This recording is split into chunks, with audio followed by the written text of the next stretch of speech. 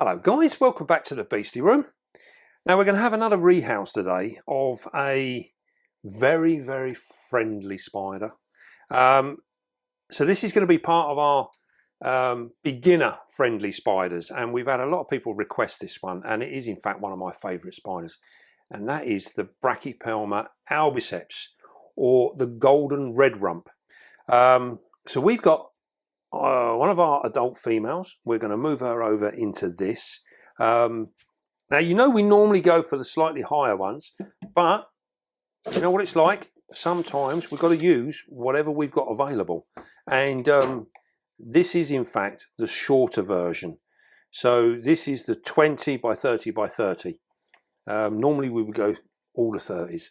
So this is a little bit lower, but this is absolutely fine for this type of spider. This is a terrestrial spider, one that actually, you know, say it don't climb around, but there's nothing to stop this girl climbing about and doing whatever she wants to do. So just because a spider is classed as a terrestrial spider doesn't necessarily mean it's not going to have a clamber about.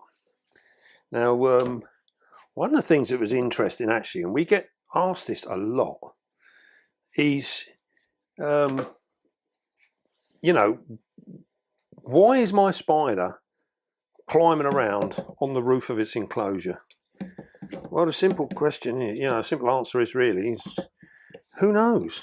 Why not? That's maybe the answer really, isn't it? Why not? Why shouldn't it be climbing around on the top of the thing? So if your spider does end up having a wander about, and it's quite often, we find ours on many occasions climbing around on the mesh roof. Now, with these Komodo enclosures, they got such a lovely pressed steel. It's like a pressed steel, and the holes are big enough. They don't get their toes caught up in this at all, and it works really well. So don't be panicking too much about the mesh tops, because it's not such a big deal. So what I'm going to do, I'll try and create a little bit of a thing here. Not quite sure what I'm trying to do, to be fair. Right, is that going to go?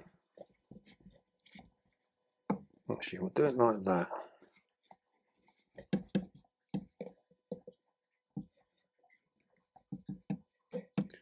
I'm not 100% sure what I'm at here. You're not used to doing these flat ones, are you? No, so I do like a little bit of height in things, and I think what it is I haven't got enough substrate. I need more substrate. Remember, that's a common thing, isn't it, on Facebook? We need more substrate. Always made me laugh. Right. I do love it when some of the old things that come out on Facebook that people actually believe are real gospel. Not normally through any kind of real life experience, just because they've been told this over all the years, and just because that's the case, then they constantly keep regurgitating it, which I always think is rather amusing. Right, so what we're going to do now, we're going to put one of these plants in. Now remember, these, with the albiceps, they do in fact like it a little bit damper than some of the other stuff. So where these come from, it's not uncommon for its surroundings to have a good bit of moisture. That being said, they still don't want to be wet, and that's the most important thing. Do not let them get wet. So although they like moisture, we're looking at sort of 50-60% in the way of humidity. That doesn't mean that it wants to be really on the wet side. So what we've done here now, we're going to just put this piece of log in here. We've got this plant, this just breaks it up, and we can have our water bowl here.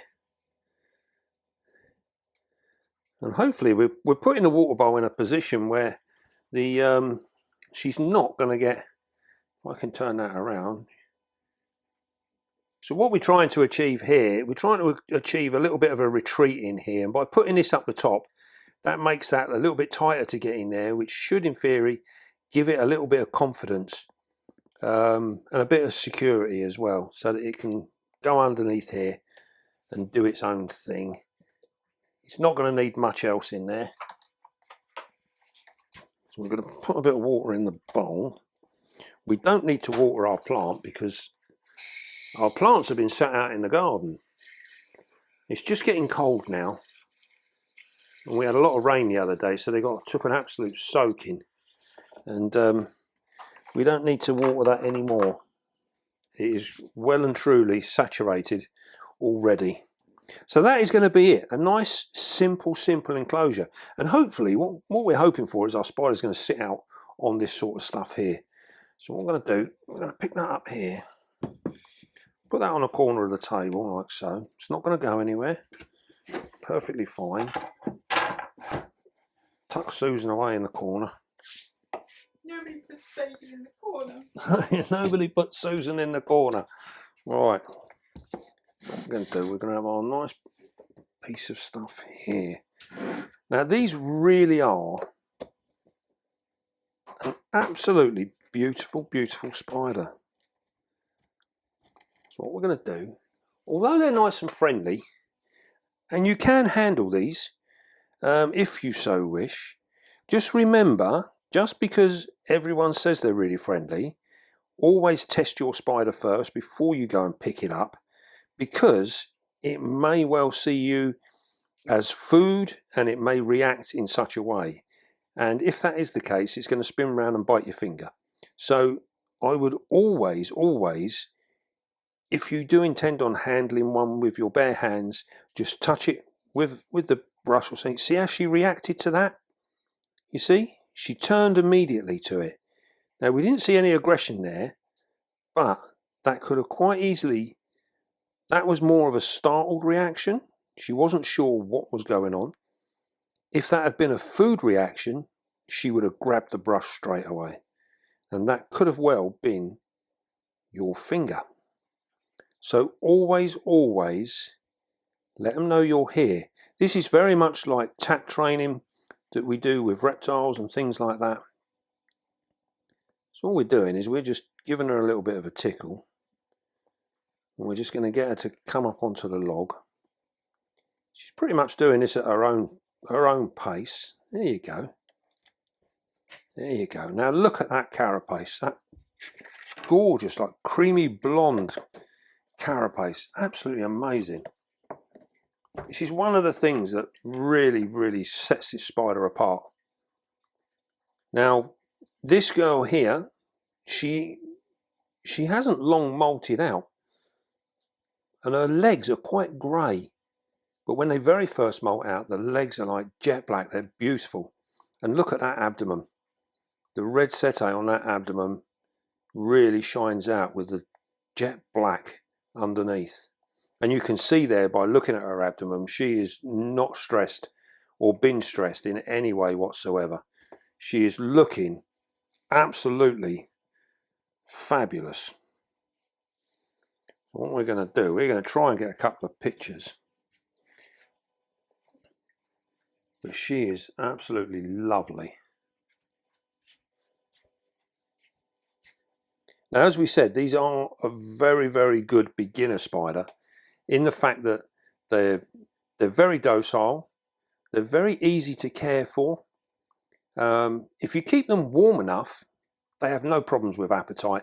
These things will eat as much as you throw into them at times, so it's very easy to overfeed them.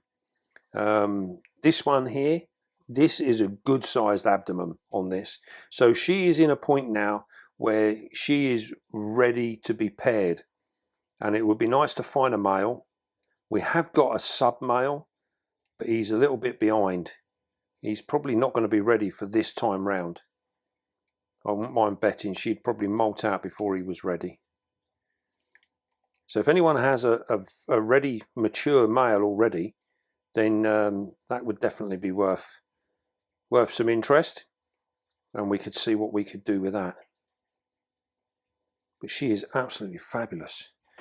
So they're great beginner spiders because of the way they are, the way they behave.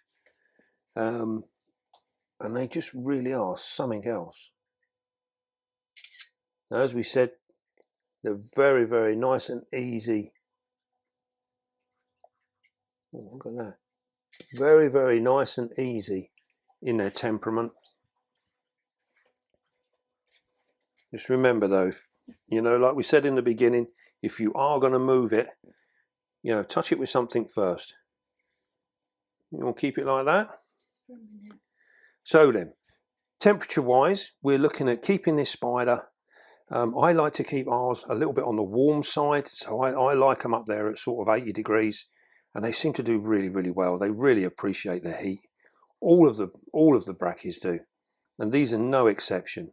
Now, where these change that little bit, tank behind you, the just got to keep an eye on when camera lady's walking backwards. It can be a little dangerous. Really itchy eye. No.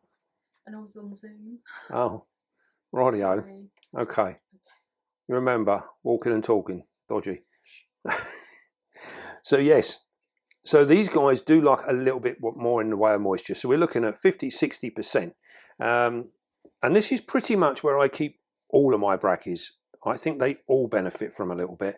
But as we said, the important thing is to keep the actual enclosure as dry as possible.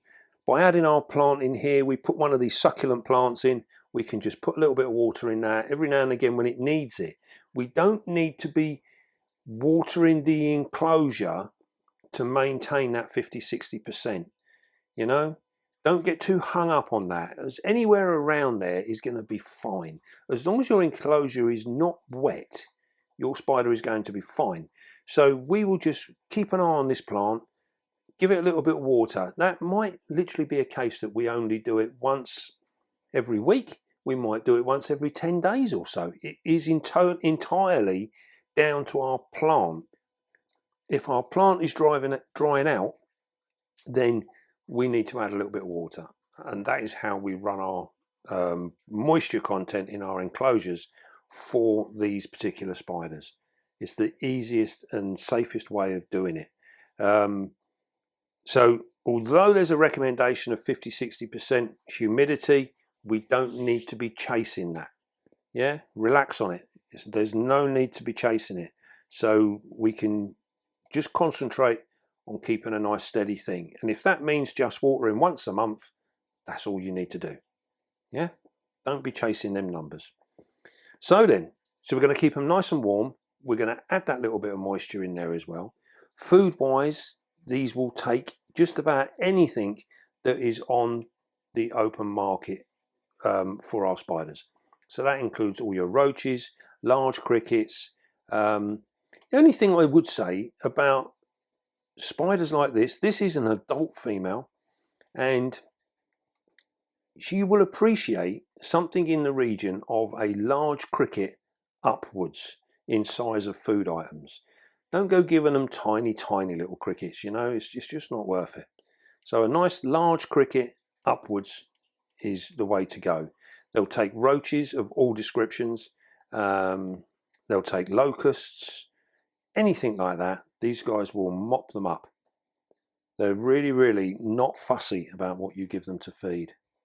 Now always make sure we try and always maintain that we have a water bowl in our enclosures. Now this is something of contention really within the hobby, this business with water bowls. Now there is a following for keeping your spiders without water bowls and just relying purely on food. But to do this, and it does work, but to do that, you need to be really on your game with your food. It's no good going down your local pet store, buying a tub of crickets off the shelf and then feeding them, or locusts or whatever you might buy, and then feeding them directly into your spider, because they will not be hydrated. And generally speaking, they're quite poor. So doing it in that way is not a good way, especially for a beginner. It's not a good way to go. So I would always advocate putting a water bowl in, because you can monitor that and you can keep it where you've got fresh water in there at all times. Now, what we do here, we have a slightly different routine where they all have water bowls, but we don't worry about them being full 24/7. So quite often or not, we will fill our water bowls up at the beginning of the week, and sometimes we won't touch them again until the end of the week. The difference being our setup is maintained in a way to be able to use that, and also our food, all of our live food is actually fed and looked after the best that it can possibly be to give our spider the best nutrition possible. Yeah, and that's because we gut load our food. So we give them greens, we give them feed. So our actual spider food, our roaches and our crickets, everything, are already full of nutrition, and they're also full of juice. You know, they are fully hydrated. Nice words. Yeah, so they are literally busting at the seams with hydration, and in that way our spider is getting enough fluids throughout the week to maintain it without having to physically drink from a water bowl. That being said, some still like to go and get water from a bowl, so it's well worth, as a beginner, put a water bowl in there, go along them lines, and you won't go wrong. You'll be fine. Now, the other thing for beginners, a bit like we were saying with the humidity, with the numbers, the same with the temperature. You know, don't get too caught up with the numbers. You know, these are guides. So a few degrees either here or there, or if it's fluctuating, it's not a big deal. If it's just a little bit here and there, it's not a major big deal. With the brachypelmas and that, they will go down to quite cold temperatures. This is not ideal, but it's not going to kill your spider. So as long as you can try and maintain them within these realms, you're going to be there, but you don't have to be exact. We see a lot of beginners contact us really worried because they can't nail a certain number, and it's just not that important. You know, it's not that important. You just need to sit back, relax, and follow the guidelines generally. They are there as a general outline. All right. So she is absolutely stunning. And as you can see, she's incredibly mobile. I don't think she's moved a millimetre since she sat there. No. So you can see there that they are not the liveliest of spiders. That being said, she will make a beautiful display spider. It's okay, guys. Camera lady is lip reading to me. I haven't got a clue what she's saying. No, we don't need to look at the auratum. Oh, Why do you want to look at the auratum? because it's my favourite. Right, it's always out, so yeah. Okay. Camera lady thinks it'd be nice for you to all see our female auratum. She's so pretty. So we will go down there and have a quick look at our auratum. Again, this is another perfect spider for anyone that wants a beginner spider. They really are super cool and very pretty. And in many respects, the auratum it's way up there on people's wish lists. It's a spider that everybody wants, but not a spider that is bred very often. So you're going to breed them for me, though, aren't you? So they are. Well, we're going to give it a go. Our good friend Christoph over at Tarantula Room, he has bred his auratums, and he still has, I believe, slings available. So it's very important that we actually breed these spiders, this group of spiders, the Brachypelmas. They really do need to be bred in captivity. And some of them, things like the Homori, the Bomides, they are bred on and off, but we need to really concentrate and get them all being bred. These guys, these are bred on and off as well. They are absolutely gorgeous. So then, are you going to have a little walk or a little move? Are you going to do anything? She's like, I don't really feel like it. Absolutely wonderful. If not, just a little lazy. what we're going to do now then, we are going to move her over and slip her down into a brand new abode. You see, even when we move the... There's literally no fish. She is just like, no, I'm not having none of this. I don't need to move. I'm just wondering whether I can just get some nice pictures. Bear with me, guys, while I just try and get a nice picture. We'll watch you do your thing. Watch me do my thing.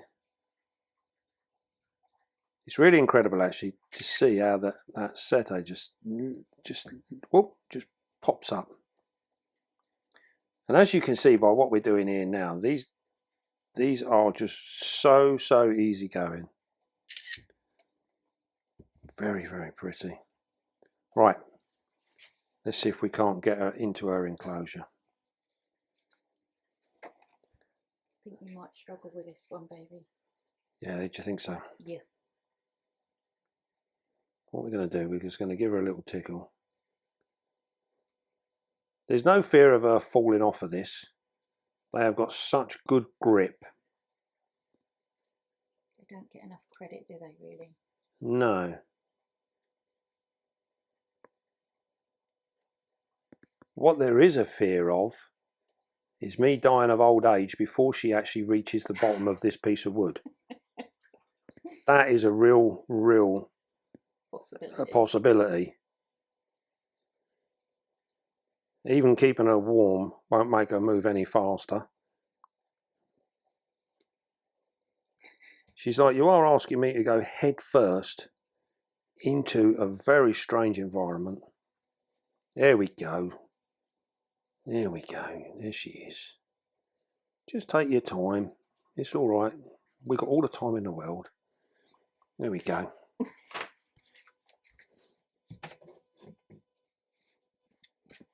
So it's been actually really nice to be able to get all of our different spiders out on a piece of wood and actually sort of showcase them, so you get to see what they're really looking like. She almost got a little bit of a spurt on then, didn't she? It's almost like she was like, oh, hang on. No, we don't want you coming out, do we? Don't want you coming out. No. So all we do there, we just touch her toe, sends her back down to where we want her to go. Now, is she going to pop herself away, or is she going to sit out? No? See? No? Look at that. She's so pretty. Isn't she lovely? Right, I'll try this corner. So as you can see, this is an adult female, and this is more than adequate size-wise for this spider. You don't need to be any bigger than this. Should I put this down on here? Yeah, I'll just come out so we can see. Yeah, you don't need anything bigger than this. This, I think this is like a perfect size. Gives an idea of her in there. Perfect size for this particular spider. Any of the brackies will do absolutely wonderfully in a 30 by 30. And by having it 20 high, that will alleviate anyone's fears of their spider falling or whatever. We have been asked about these succulents, whether, because they look sharp, but they're not. Look. Yeah. They're like rubber, aren't they just literally rubbery, yeah. They just bend over at the ends. So they're of no danger to our spider either. I know they look a little bit fearsome. Final destination but, moment. Yeah. But yeah. I think the only way this spider would damage itself on that plant was if it ran at it at 100 miles an hour and threw itself at it. Then, yeah. Looking at her, I think we'd be lucky if she broke into 1 mile an hour, let alone 100. But no, she's perfectly safe. Remember, a lot of this stuff, we just need to look at it with a little bit of common sense and we'll be fine. Right. Well, that is our Brachypelma albiceps. I hope you enjoyed her as much as we do. She is absolutely lovely. Right then. Well, I hope you found that useful. And don't forget, if you've had any sort of things, you know, that you've had with your albiceps or whatever, or you maybe someone out there's got a male, give us a shout. Put it down in the comments. If you have a male, contact me on Facebook or Messenger, and we can sort something out there. That'd be really cool. But yeah, anyone that's got any interesting facts and bits and pieces about them, share them on the comments on the video. And yeah, don't forget, subscribe if you've not already, and give us a thumbs up. That'd be wonderful. Right then, don't forget now, be calm, be gentle, and love your spider. And we'll see you all soon, guys.